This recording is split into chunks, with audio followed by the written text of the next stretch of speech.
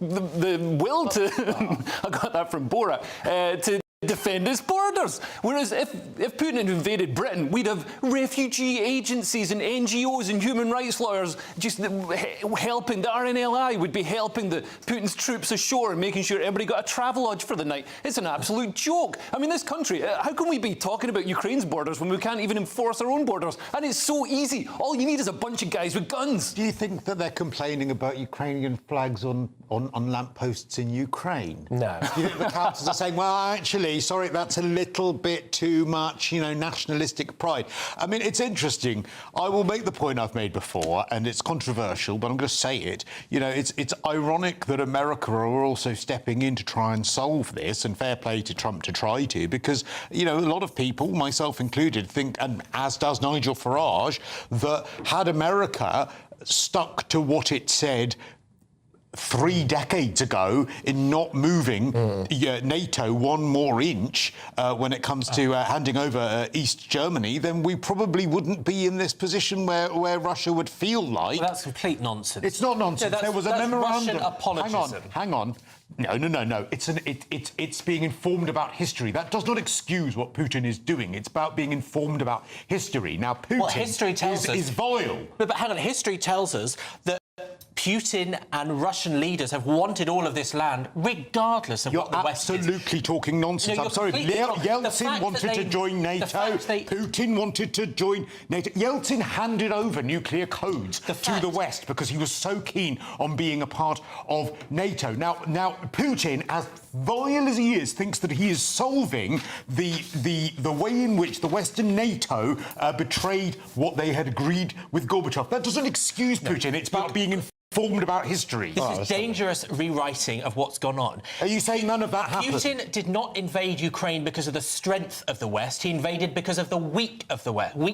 But you don't believe that NATO getting closer and closer and bigger factored into that decision at all? But that's the responsibility and the right of sovereign nations to defend themselves. I didn't say that it wasn't. I don't give a damn what Putin thinks about other countries defending themselves. The truth is that since the Cold War, we have not spent enough on our defence, and he saw that opening. I'm not arguing with any of that. I am not arguing with any of that. But in order to know what your enemy is doing and the reasoning behind your enemy, you have to look at the history that got us to this point. That's not apologism for your enemy. Right. That's trying to actually just be aware of history. I'm conscious of the time. Well, one thing I will say on this, we can maybe return to this when we come back, is that the other thing that we've done is not only just not spent enough money on our military, but we've also been slagging ourselves off. We've been talking about paying reparations to nations. We've had this destruction of the nuclear family. And that's another thing Putin We've taken the knee for BLM. We've done all this stuff. And Putin's just looking at that and he's going, gosh, you lot over there, bit weak and soft, aren't you? And then what's happened? Are we all surprised by it? But anyway, coming up in just a moment. Working people. Working people. Working people. Working people. More money in the pockets of working people. Right. Well, this is the White House, by the way. I tell you what, Rachel Reeves would tack the living daylights out of that, wouldn't she? Tax. Anyway, so we're going to see what happens there, because we might be getting some kind of live conference from President Trump and Zelensky. If that happens, we'll bring it to you. But the story that we were saying before is that Rachel Reeves apparently looks at houses that are worth £500,000 or more, thinks they're mansions, and wants to tax the rear end off you. Stay tuned. Westminster's full of talk, but out here, it's the real world. Am I allowed to talk now? No, that's it. This is where it matters. Real people and real lives. That's what politics is all about. In fact, has Trump made a good start? No. Straight answers, no spin, and just a couple of pints. How many fingers have I ever got up? About 10. So join me for Lee Anderson's Real World every Friday at 7 p.m, only on GB News. The People's Channel, Britain's news channel.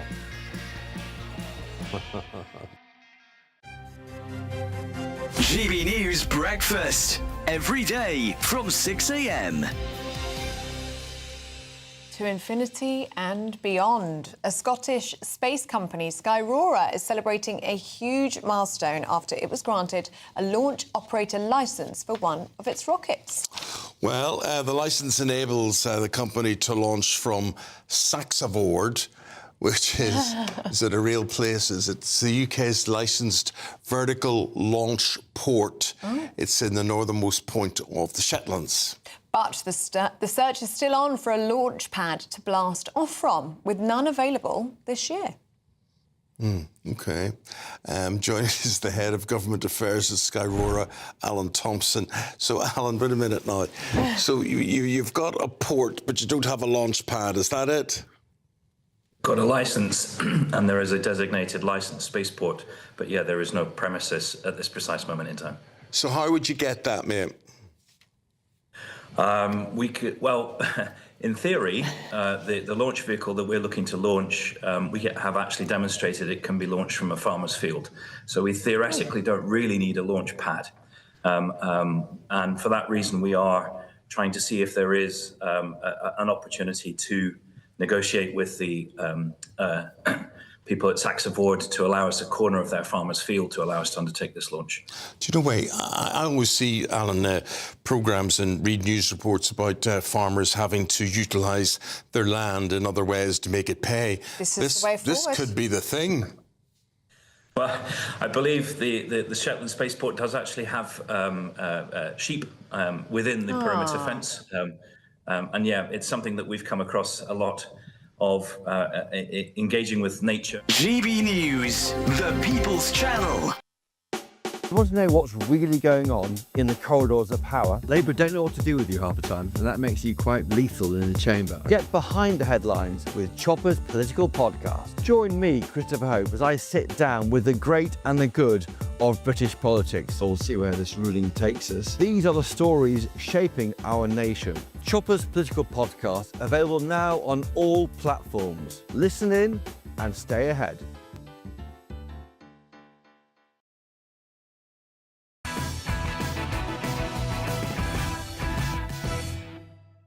Welcome back. Well, Tuesday's front pages are, as you would expect, dominated by the latest from the White House, where Trump, Starmer, etc. have been meeting along with Zelensky.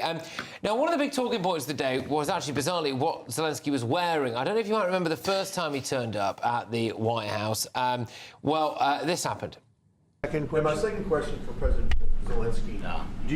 Why don't you wear a suit? Why don't you wear a suit? You're at the highest level in this country's office, and you refuse to wear a suit. Just want to see if do you own a suit? Yeah, problems. A lot of Americans have problems with you not respecting. I don't have such. Office. I will wear a costume after this war will finish. Okay. Yes, maybe one. Maybe something like yours. Yes.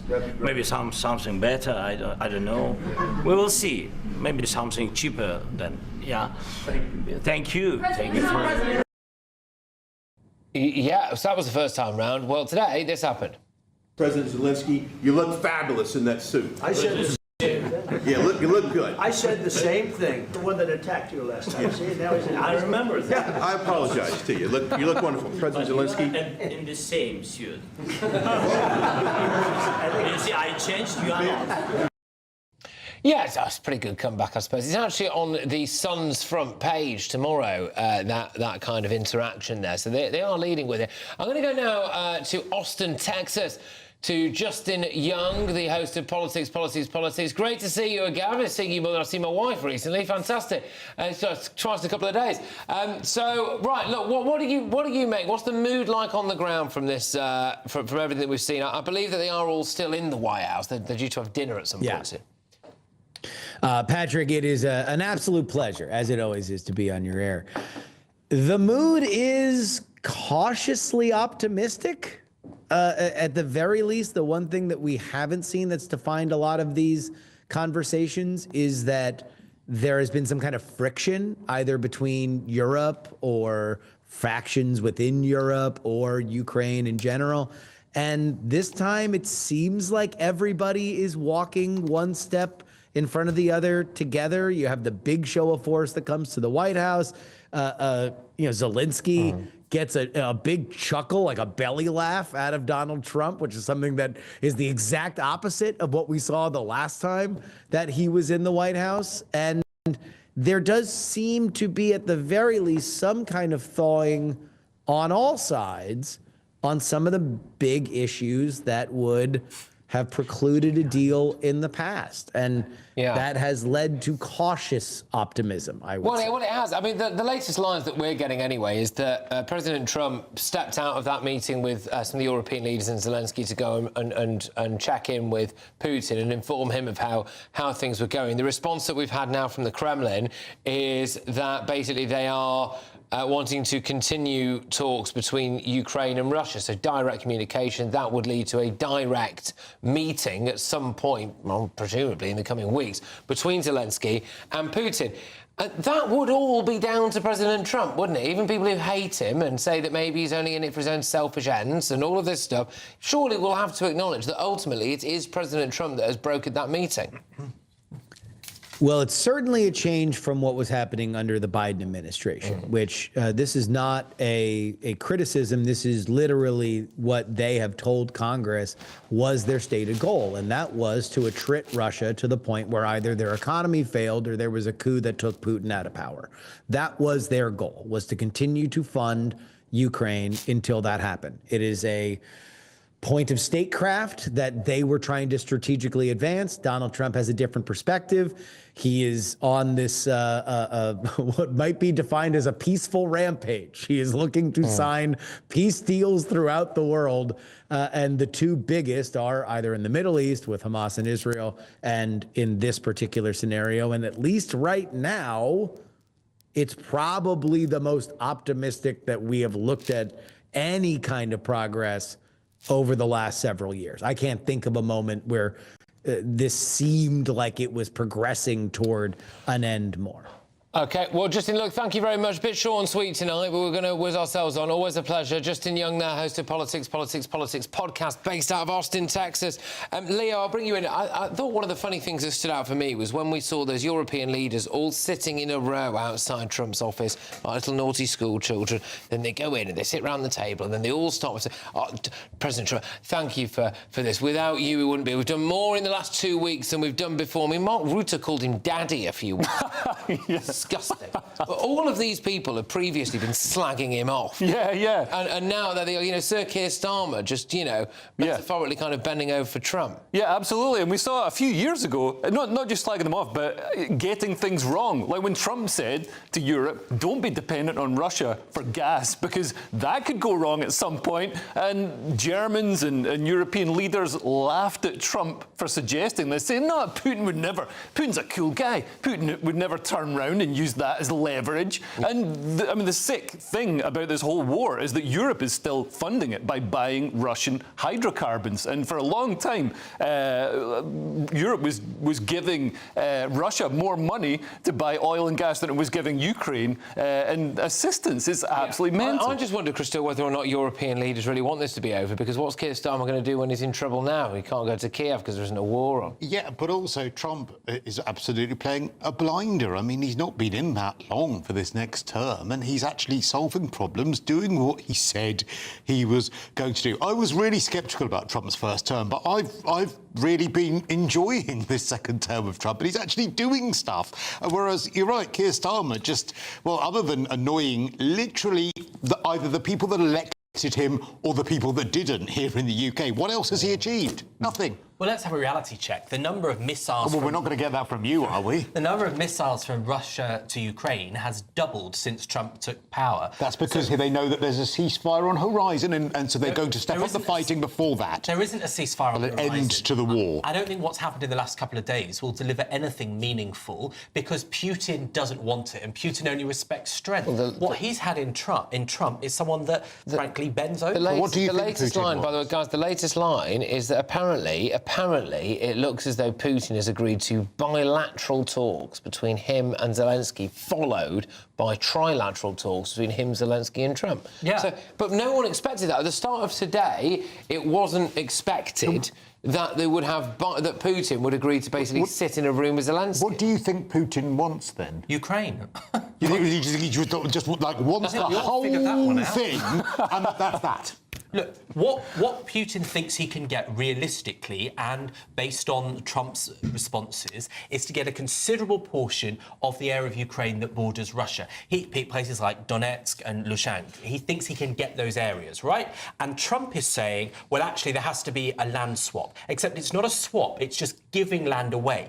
And the reason why I think that the end of this war, that a ceasefire would not be good for us, that the war should carry on, is because a conclusion right now, a pause probably, that gives Putin what he wants will just be a moment to get back his strength and then go for the Balkans, go for other parts of Ukraine, and then we'll be really stuck. That would be what would save Britain and save Europe. I mean, like H.L. Mencken said, a nation that's not at war becomes like this gigantic old maid. And that's what's happened to Britain and Europe. We're cutting the genitals off our children. We're descending into this morass of socialism. Everybody's a parasite leeching off the state.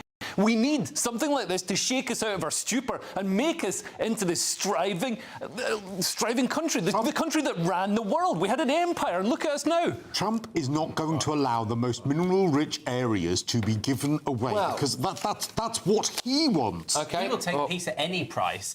And that price could tank Ukraine and Europe. OK, well, there we go. But, yeah, of course, maybe, dare I say, Europe should start defending itself a little bit more. Again, I'll just come out and say, I'm absolutely disgusted by what's going on in this country at the moment. No preservation of our borders. In fact, there's been an ongoing invasion for ages now, and we're not allowed to have any bad words said about that, but we've got to care about what's happening in Donetsk. Coming up in just a few moments' time... Working people. Working people. Working people. Working people.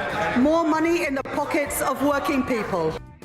Well, it looks as though you are about to be clobbered. Rachel Reeves is accused of reigniting what would essentially be a poll tax. Stay tuned.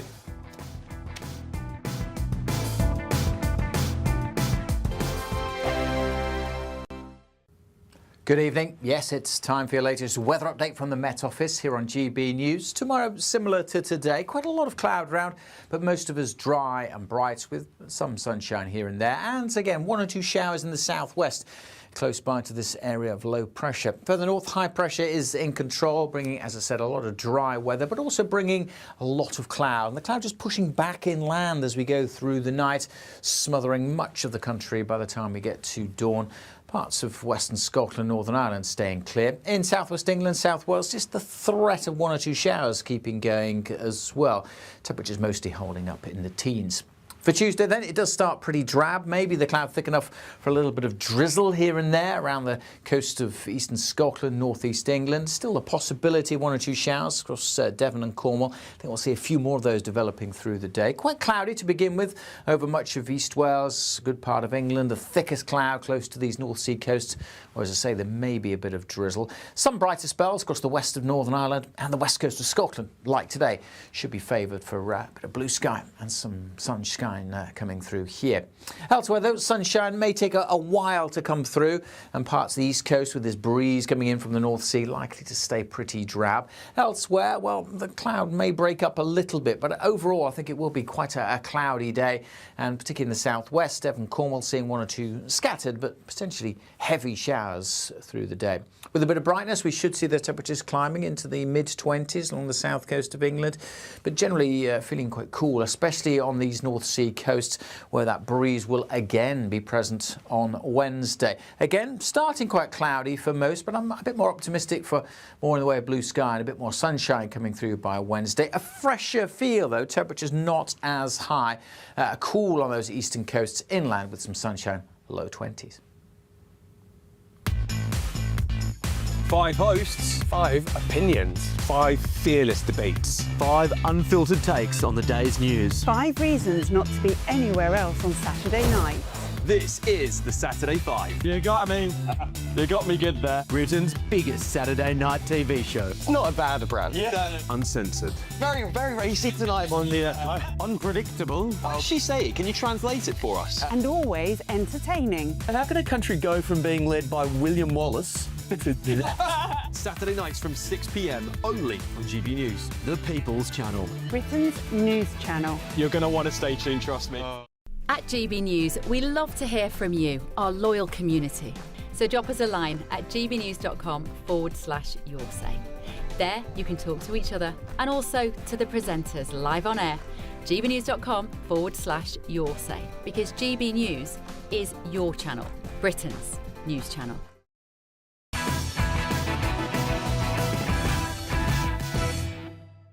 Welcome back to Late Edition. Tuesday's edition of The Telegraph has something that isn't Ukraine-related.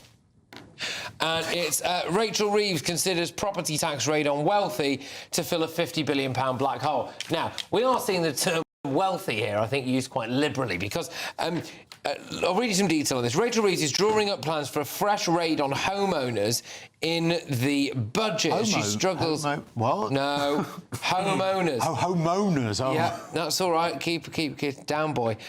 She struggles to balance the books and improve the economy. Treasury officials are expected to push the Chancellor to consider a mansion tax. Again, think about that word there, mansion tax, on property sales. Well, it turns out they think a mansion is anything over £500,000, I believe, which is, I mean, in London, what does 500 grand... That wouldn't get you a parking space. That's insane. Like a mansion. What country does Rachel Reeves think she's governing? Like Britain in the 1930s? That's absolutely mental. Like, I just bought a house, and I'm delighted to read that after paying a ton of stamp duty to buy it, I'm now going to have to pay a ton of tax to sell it as well. All to pay. Tax. Mansion tax, apparently. Mansion tax, because I've got a conservatory. Do you know what I mean? Your two-bedroom flat that you've bought is a mansion, apparently. I just think, sorry, I just need to get my thoughts together because I'm so angry about this, because it's so monumentally stupid, right? You've paid stamp duty to buy something, and then this is expressly what they denied that they would do before they got elected. It is essentially capital gains tax on private residential property, because you make some money on it, it goes over £500,000, or it's worth over £500,000, and then you pay the tax man when you sell it. And didn't I say to you a few weeks ago that they want to get their sticky little fingers on all of that equity that people have in their properties? The only reason they have that equity in their properties is because of the failure by them and the Conservatives to build housing, meaning that demand has gone up, meaning that the price of houses has gone up. So now they want to tax the money made as a result of their failures. Well, maybe if you didn't buy 10 of them, then supply and demand might work a little better. Yes, I mean, how? Heaven forbid that I should actually aspire to do better by being a buy-to-let landlord and owning my own home. What is the point in being aspirational in this country? What is the point? I just don't ask for I can't aspire to send my children to private school. I can't aspire to be a landlord because I'll be taxed to the point where I've got to either make the rent so high or that there's actually no point in putting tenants in whatsoever. What's the point in working in a job that gives me a decent income? Because most of it's in tax. In fact, I'm announcing something tonight. I'm going on universal credit. I'm giving up this show. I'm giving up Fridays. I'm just going to go on universal credit because I may as well. The audience What's will the point? celebrate that, I'm sure. What is the point? But hang on, I would respect you if you had a high-paid job, which I'm sure you're capable of, but that's not what renting is, right? Renting is just extracting money from people that actually go to work and do something productive for the economy. Well, if that wasn't just the politics of envy... it's not envy. I don't want your envy someone who can't yeah, be but somebody's got to provide that. Somebody's. I mean, if you want to rent a property, like what, you're going to trust the state? You're going to trust the government to do that? How did that work out in the Soviet Union? I certainly don't want sympathy from someone who is completely economically backward as yourself, because if you think that putting down a 25% deposit, paying the state stamp duty, paying a builder to then do up that property, paying the council tax on that property, paying whatever else needs to be done to make that property habitable, and then putting tenants in. If you think that is sitting on your backside doing nothing, then clearly you have absolutely no idea of what it entails to be a landlord, and you've no idea of how much the state benefits from the money that they get from it. I think somebody gets tens of thousands in passive income and then the price of the property doubles in a decade, if not more. I don't think that's a way to actually run a function. I would then pay tax on that. I already pay tax on that, so that's something that is already covered. This is a residential property, so you should probably know the story before you start commenting on it. This is for properties you live in, and actually I would apply this to properties that you rent out if I were doing it. But it's already applied to properties you rent out. It's called capital gains tax. I just point out to people that live in Zone 2 like you that actually £500,000 is double the price of the average property price in Britain. So most people watching this can't even imagine having a £500,000 house. You are insufferable. Well, the real... Where my family lives in Manchester, you don't have £500,000 houses like this. A bit more detail on the Telegraph story. Analysis of land registry data by Hamptons, a property company, shows that 50% of English home sales over £500,000 are in London, with a further 26% in the South East. So it's basically, I suppose, the South East. Now, some people in the north of England might think, oh, fantastic, yeah, let the Southerners pay. I mean, I'm from the north of England, fine. There are a heck of a lot of properties in the north of England over £500,000 as well. And also this money. The real issue is that this money is all going to get wasted by our bloated, useless, bureaucratic state. This is an absolute nonsense. What we need to be doing is slashing the size of the state. We've got this huge state that does everything really, really badly. The culture of wanting people to splurge on a £500,000 house, that should be a brilliant thing. But we're all paying it to rent in you. Guys, can we just take it back a step? Christian, can you just explain, sorry, we probably should have this. Just explain to our viewers, exactly what this is. So if you live now in a home that's worth £501,000. She's talking. What would this do that's different to what happens now? So what they're talking about is either reforming or abolishing stamp duty when you buy the property, and instead making a tax paid by the seller when they sell the property if it is worth over 500,000. So that would nullify, like, if you bought a place years ago and it's gone up in value and you've sold it for a profit, the government wants to take that. Yes, so that's why it's essentially capital gains tax on your residential property. Now, at the moment, if you're a buy-to-let landlord, and listen, Ben, because you'll learn something, if you're a buy-to-let landlord and you sell a property, you pay capital gains tax on that, and the government just put that up, by the way, which is why capital gains tax revenues are falling. Another reason why it's so stupid. That was actually the last government. Now, what they're doing, and Rachel Reeves has put it up even more, and since she has, they've fallen by 20%. Now, what they're talking about doing is something similar for people who own it in a residential way. If you're living in it, the seller pays that money. But, sorry, but this is theft. Yeah, all taxation is essentially theft. I mean, we can cope with a little bit. Somebody described the art of taxation as plucking a goose with the least hissing, whereas Labour seem to enjoy the hissing. They're not doing it for the feathers. They're putting up taxes, and tax revenues are dropping because people are finding ways to avoid the tax because it's so punitive. Or they're leaving. Or they're leaving. Or what will happen here is that the people just won't move, and all of those older people that are in those bigger houses that we're desperate to move out will simply say, well, I'll just wait till I die. Now, Rachel Reeves will get her sticky little fingers on it then with inheritance tax, which she'll probably end up putting up anyway. Right. But no one younger will be able to get these bigger houses. You're going to live your childhood home where you grew up, and you've lived there for ages, and then you go to sell it. And then you end up getting clobbered by the government on any profit, and then whoever buys it turns it into an HMO and fills it with lads from Eritrea. You just think Britain, everyone. Anyway, coming up very shortly.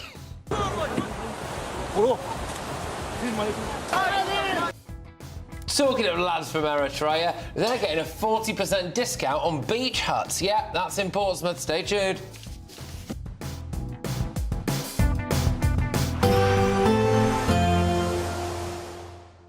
I forecast a perfect holiday in the sun. Weather looking good then? For sure, and no worries about our travel insurance. All Clear Travel Insurance sponsors GBNews Travel Destinations Forecast. The heat isn't quite as intense as it has been across parts of Europe, but nonetheless it is still hot and sunny for many Mediterranean areas, and indeed across the Canary Islands and Madeira, fine and very warm here. The heat's still there across Iberia though, so some very high temperatures here. A few thunderstorms for southern France and across inland parts of Italy, but mostly sunny in coastal parts. And Greece and Turkey will stay largely fine, sunny and very warm over the next few days, with lots of sunshine and temperatures in the low 30s. All Clear Travel Insurance sponsors GBNews Travel Destinations Forecast. This is Britain's Newsroom, where your voice matters. It's just astonishing. With expert analysis and honest opinion, we don't just keep you informed. We bring you unique perspectives you won't see anywhere else. Can't argue with any of that. When the news happens, it happens here. On Britain's Newsroom, weekdays from 9:30 a.m. Only on GB News. Westminster's full of talk, but out here, it's the real world. Am I allowed to talk then? No, that's it. This is where it matters, real people and real lives. That's what politics is all about. The fact that Trump made a good start, no. Straight answers, no spin, and just a couple of pints. How many fingers have I got up? About 10. So join me for Lee Anderson's Real World every Friday at 7 p.m. only on GB News. The People's Channel, Britain's news channel.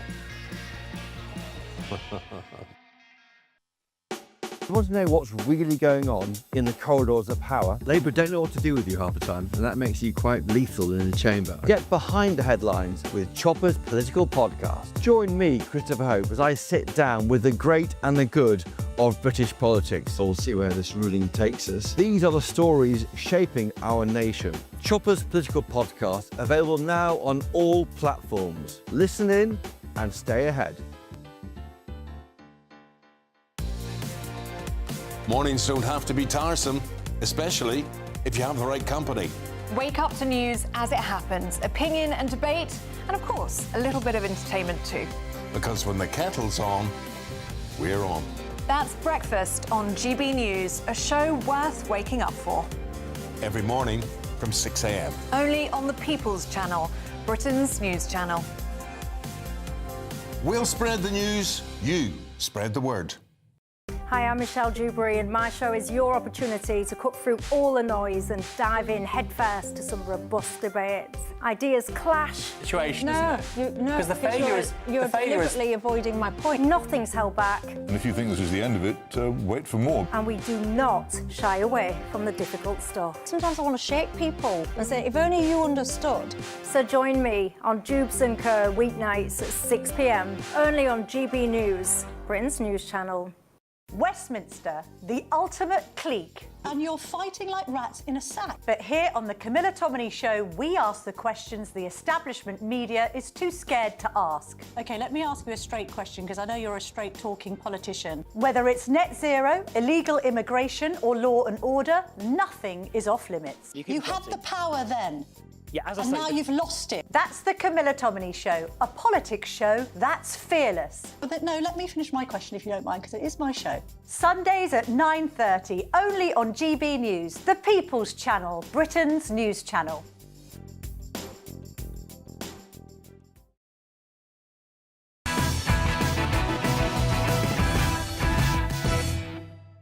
Welcome back to Late Edition.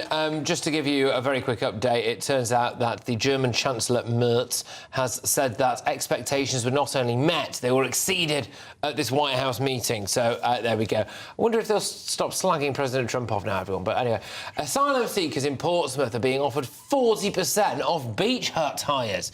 In Portsmouth Council, asylum seekers are given free Portsmouth leisure cards that offer them the following discount: 40% off a beach hut for 2 weeks a year, 40% off paddleboarding, sailing and kayaking, they'll be good at that, 50% off swimming and gym lessons, she might be decent at that as well, 50% off table tennis and climbing, 40% off learning about D-Day. Oh, sorry, they've just done it in reverse. Anyway, 10% off what? Brilliant. 10% off Brazilian Jiu-Jitsu, Leo. I mean, I was talking to an asylum seeker who was telling me this is great because when he's committing his sex crimes on the beach, quite often he gets sand in his crack. No, this is an absolute nonsense. People in Britain can't afford beach huts. This is a luxury item. Why are we dishing them out to people who've just got off a boat? I mean, for a start, if he's just got off a boat, surely the last thing he's going to want to see is the view across to France. I mean, this is an absolute nonsense. Well, I think what's handy about this and where the business model works is that they can choose it as they're arriving. So they can be on the boat. Oh, I want that one. That's nice. And so that they can do that. And then, yeah, I think learning about D-Day is useful as well for them, isn't it? Because bit of British history. Bit of British history. Yeah. They can remember when we still had the power to defend our borders. Yeah. I wonder what they make of that, though, sometimes. Seriously. So, like, hang on, so you sent boats over here to wow, yeah, amazing. Benjamin, I don't know, do you think this is a good thing? Well, I'm fairly sure we're not on air after that, but in the unlikely fact that we are. Well, actually, I mean, I don't have such a problem with it, right? Of course because, you don't. No, but some of these things that have been published, it was for, like, theme parks and things, discounts, and that's for kids, you know, kids that have been abandoned, they've left war zones. There are no children. I've seen some of these guys, like the 15-year-olds with massive beards and, like, crow's feet. I mean... At least unlike you, they didn't have to pay for their hair, which, you know, you've had to... Actually, I have, you know, Benjamin, I got it for free. I got it for free because I did it for an advert. So Okay, maybe... we're getting into the weeds. So why do you think that that's well, a if good you want thing? them to integrate into society, into communities, into Britain... By doing jiu-jitsu? Yeah, that's really integrated. If you, that well-known British tradition, jiu-jitsu. I think you've done enough. OK, so we're going to talk about this now. Prince Harry has paid a secret tribute to the men... OK, sorry, I need to straighten up for this one. Prince Harry has paid a secret tribute to the men of the Forgotten Army and his grandfather, Prince Philip, on VJ Day. The Duke of Sussex wrote about Prince Philip's service in the Pacific Campaign, praised his grandfather's humility and respect for those who fought alongside him. Now, a friend left the note on behalf of Harry to avoid drawing attention. This is a story that we picked up on here at GB News and has apparently made it into several of Tuesday's national newspapers. Talking of which, let me give you a final run through. So this is what you can expect to be being spoken about on the breakfast show that's going to follow if you're watching in the morning. The Sun, suited not booted, is a reference to Zelensky, well, not being booted out of the White House or mocked for his attire. This time the Daily Express, Trump, US will ensure any deal works. The Guardian, Trump, no need for ceasefire to secure Ukraine peace deal. The Metro, UK's 5,000 fake online pharmacies. We didn't get a chance to talk about this tonight, but it could be quite interesting. Are you buying dodgy stuff from fake online pharmacies? The Independent, Zelensky, we're ready for talks with Trump and Putin. The Daily Mail, it was electric with jeopardy. A chess match with live grenades. That's the Mail's lead commentator there, Quentin Latz.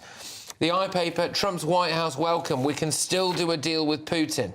The Daily Telegraph, US military to protect Ukraine. And the Mirror, stalemate. Do you remember those couple of days ago when Trump had been played by Putin and now everything turns out like actually maybe it was great and we're going to get a bit of peace? Thank you to my wonderful panel. Thank you to everyone at home. I'm just going to finish by saying not all asylum seekers are sex offenders, but there have been a few. Breakfast next.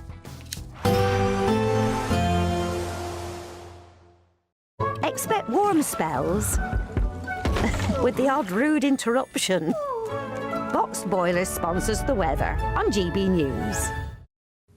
Good evening. Yes, it's time for your latest weather update from the Met Office here on GB News. Tomorrow, similar to today, quite a lot of cloud around, but most of us dry and bright with some sunshine here and there. And again, one or two showers in the southwest, close by to this area of low pressure. Further north, high pressure is in control, bringing, as I said, a lot of dry weather, but also bringing a lot of cloud. And the cloud just pushing back inland as we go through the night, smothering much of the country by the time we get to dawn. Parts of western Scotland, Northern Ireland staying clear. In southwest England, South Wales, just the threat of one or two showers keeping going as well. Temperatures mostly holding up in the teens. For Tuesday, then, it does start pretty drab. Maybe the cloud thick enough for a little bit of drizzle here and there around the coast of eastern Scotland, northeast England. Still a possibility of one or two showers across Devon and Cornwall. I think we'll see a few more of those developing through the day. Quite cloudy to begin with over much of East Wales, a good part of England. The thickest cloud close to these North Sea coasts, or as I say, there may be a bit of drizzle. Some brighter spells across the west of Northern Ireland and the west coast of Scotland, like today, should be favoured for a bit of blue sky and some sunshine coming through here. Elsewhere, though, sunshine may take a while to come through, and parts of the east coast with this breeze coming in from the North Sea likely to stay pretty drab. Elsewhere, well, the cloud may break up a little bit, but overall I think it will be quite a cloudy day, and particularly in the southwest. Devon, Cornwall seeing one or two scattered but potentially heavy showers through the day. With a bit of brightness, we should see the temperatures climbing into the mid-20s along the south coast of England, but generally feeling quite cool, especially on these North Sea coasts where that breeze will again be present on Wednesday. Again, starting quite cloudy for most, but I'm a bit more optimistic for more in the way of blue sky and a bit more sunshine coming through by Wednesday. A fresher feel, though, temperatures not as high. Cool on those eastern coasts inland with some sunshine, low 20s. Expect warm spells with the odd rude interruption. Boxed Boilers sponsors the weather on GB News. There's just 2 weeks left to see how you can win your mortgage or rent paid for a whole year. That's a cash lump sum equivalent to 12 of your monthly mortgage or rent payments, right up to a whopping £20,000. Plus, we'll add an extra £5,000 on top for good measure. Make sure you don't miss out as lines close on the 29th of August. For another chance to win, text WIN to 63225. One entry costs £2.50 plus one standard network rate message, or text BONUS to 63225. 5 entries cost £5 plus one standard network rate message. Go to gbnews.com/win. Entry start at £2.50. Call 0903 686 3232. Calls cost £2.50 plus your network access charge. Or post your name and number to GB15 PO Box 8690 Derby DE1 9TT. UK only. Entrance must be 18 or over. Lines close at 4 p.m. on the 29th of August. Please check the closing time if listening or watching on demand. Good luck. Westminster's full of talk, but out here, it's the real world. Am I allowed to talk now? No, that's it. This is where it matters. Real people and real lives. That's what politics is all about. In fact, has Trump made a good start? No. Straight answers, no spin, and just a couple of pints. How many fingers have I got up? About 10. So join me for Lee Anderson's Real World every Friday at 7 p.m. only on GB News. The People's Channel, Britain's news channel. You want to know what's really going on in the corridors of power? Labour don't know what to do with you half the time, and that makes you quite lethal in the chamber. Get behind the headlines with Chopper's political podcast. Join me, Christopher Hope, as I sit down with the great and the good of British politics. We'll see where this ruling takes us. These are the stories shaping our nation. Chopper's political podcast, available now on all platforms. Listen in and stay ahead. 5 hosts, 5 opinions, 5 fearless debates, 5 unfiltered takes on the day's news. 5 reasons not to be anywhere else on Saturday night. This is the Saturday 5. You got me. You got me good there. Britain's biggest Saturday night TV show. It's not a bad brand. Yeah. Uncensored. Very, very racy tonight. On the unpredictable. What does she say? Can you translate it for us? And always entertaining. And how can a country go from being led by William Wallace